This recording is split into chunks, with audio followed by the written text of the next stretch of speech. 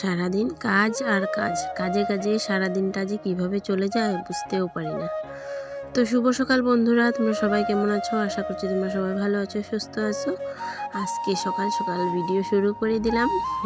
ওর পাপা বেরিয়ে যাবে, যাবে স্কুলে, ওর বাবা যাবে কাজে। তো তার জন্য আমি বিনস আর আলু, পেঁয়াজ, গাজর দিয়ে ভাত ভাজা করছি আর কি। তো ভাত ভাজা দিয়ে চা দিয়ে খেয়ে চলে যাবে, তো তার জন্য তাড়াতাড়ি করছি। আর এদিকে দেখো আমি সবজি কেটে নিয়েছি। এখানে আছে বেগুন আলু সব কাটা, সিম আলু কাটা, এদিকে সাজনা আলু, এদিকে হলো মশলা করে রেখে দিয়েছি। এখানে আছে ফুলকপি, ভাপানো, হলুদ লবণ দিয়ে ভাপিয়ে রেখে দিয়েছি ফুলকপি। আর এখানে মশলা আছে পেঁয়াজ, বিলাহি আর কাঁচামরিচ, আর এখানে সরষে। আর এখানে আবার চালও ভিজে রেখে দিয়েছি ভাত বানানোর জন্য। আগে আমি চালটা ভিজে রেখে দিই আর কি। তো এদিকে দেখো আমি রান্নার জন্য রেডি। আমি কড়াইটা বসিয়ে দিয়েছি। আর এদিকে ফুলকপিটা বেসন আর চালের গুঁড়া দিয়ে মেখে রেখেছি। তো এটা বড়া করবো আর কি। ডাইরেক্ট ভাজলে ভালো লাগে না, বড়া করলে একটু ভালো লাগে, কড়কড়া হয় তো।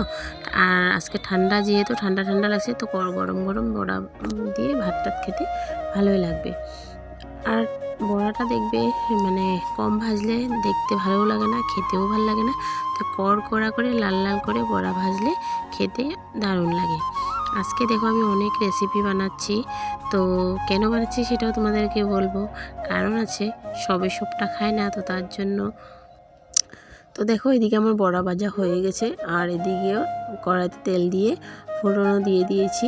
এখানে করছি সাজনা আলু চচ্চড়ি। তো সাজনা আলু চচ্চড়িটা তকসে পাপা খায়, বড়াটাও খায়, কিন্তু আমি যে বেগুন বানাচ্ছি সেটা খাবে না। তো তার জন্য আর কি, ওর জন্য আবার বড়া ভাজা, আমার বড়া না হলেও চলতো, শুধু সাজনা আলু চচ্চড়িটা হলে হয়ে যেত। আর একটা সবজি আছে, ওটা হলে হয়ে যেত। কিন্তু যেহেতু ও বেগুন খাবে না, তো তার জন্য আবার বড়াটা ভাজছি। আর গরম গরম বড়া পেলে আর কি ওর আর কিছুই লাগে না, তো তার জন্য। আর পাপাও খুবই ভালো পায়, তকসে আর কি, ও খুব ভালোই পায়। এদিকে দেখো আমার সাজনা আলু চচ্চড়ি কিন্তু হয়ে রেডি। আর দেখো কি সুন্দর ধোয়া বেরোচ্ছে না, খেতে খুব দারুণ হবে কিন্তু সবজিটা। সাজনার গন্ধে কি যে ভালো লাগছে না আমার, বানাচ্ছি আর আমি মনে মনে ভাবছি কখন যে ভাত খাবো। নতুন নতুন সাজনা সবজি খেতে খুবই ভালো লাগবে। তো ওইদিকে দেখো সিম আর আলু আমি গোটা জিরে দিয়ে ফোড়ন দিয়ে দিয়েছি, আর ওগুলো ভাজছি। জানো আমার ক্যামেরা ধরতে না খুবই কষ্ট হয়, কারণ জায়গাও কম, আর অসুবিধা হয় ধরার জন্য, তো তার জন্য ক্যামেরা ধরতে খুব প্রবলেম। আর এদিকে দেখো একবার বৃষ্টি আসছে, একবার রোদ উঠছে, একবার বৃষ্টি আসছে, একবার রোদ উঠছে। বৃষ্টি আর রোদ আমাদের সাথে লুকোচুরি খেলছে। তো তার জন্য রান্না টান্না ফেলে আবার চলে আসলাম এখানে কাপড় শুকাতে। আর তার জন্য আর কি, তোমাদের এখানে কি এমনই হচ্ছে নাকি, যে একবার রোদ একবার বৃষ্টি, একবার রোদ একবার বৃষ্টি? আমাকে কমেন্টে বলো তো তোমাদের এদিকেও কি এমনই হচ্ছে নাকি। আমাদের এখানে কিন্তু আজকে 2-3 দিন ধরে এইভাবেই চলছে। আর রোজকার কাপড় তো ধুতেই হবে, আর ধুতেই হবে, শুকোতেই হবে, না আনলে তো হবে না। তো একবার বাইরে যাচ্ছি, একবার ঘরে আসছি, একবার বাইরে যাচ্ছি, একবার ঘরে আসছি, এই করছি। আর আমাদের এখানে কাপড় মেলতে অনেকই কষ্ট, কারণ জায়গা টাকা নাই, তো তার জন্য বাইরে গ্রিলের উপরে কাপড় মেলতে হয়।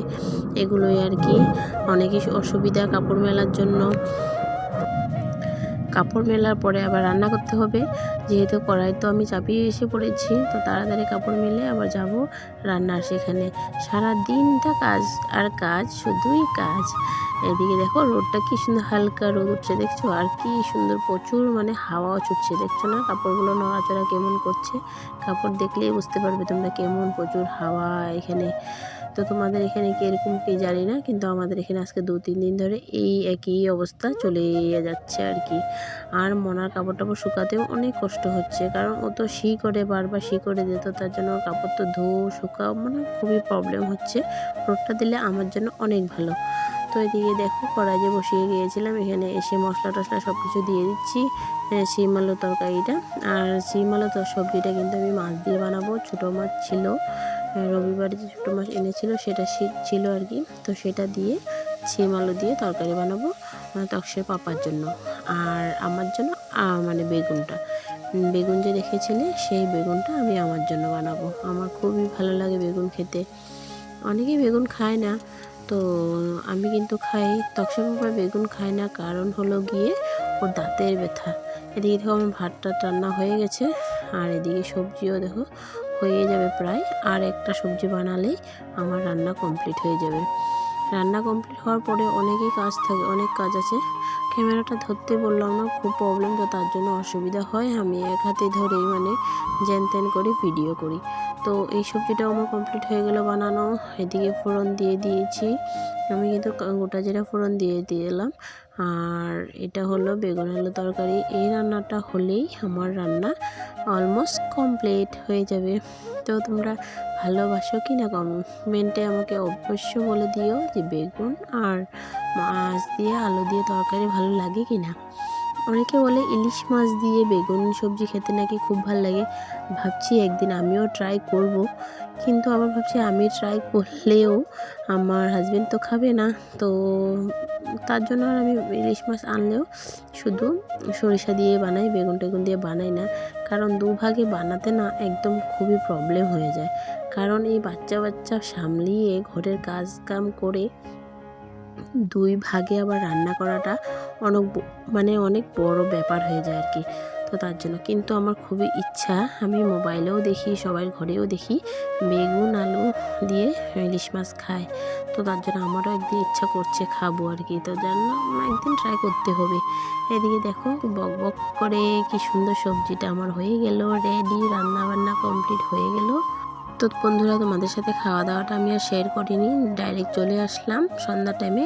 তো অক্ষয় দেখো ওর ভাইয়ের সব হাগিস খুলে ফেলেছে, মানে হাগিসের প্যাকেটগুলো আর কি। আমি বলেছি ওকে খুলতে, ডেলি ডেলি একটা একটা করে খুলে পড়াতে খুবই অসুবিধা। তো এই বক্সের ভিতরে আমি সব ওর হাগিস খুলে ভরে রেখে দিয়েছি।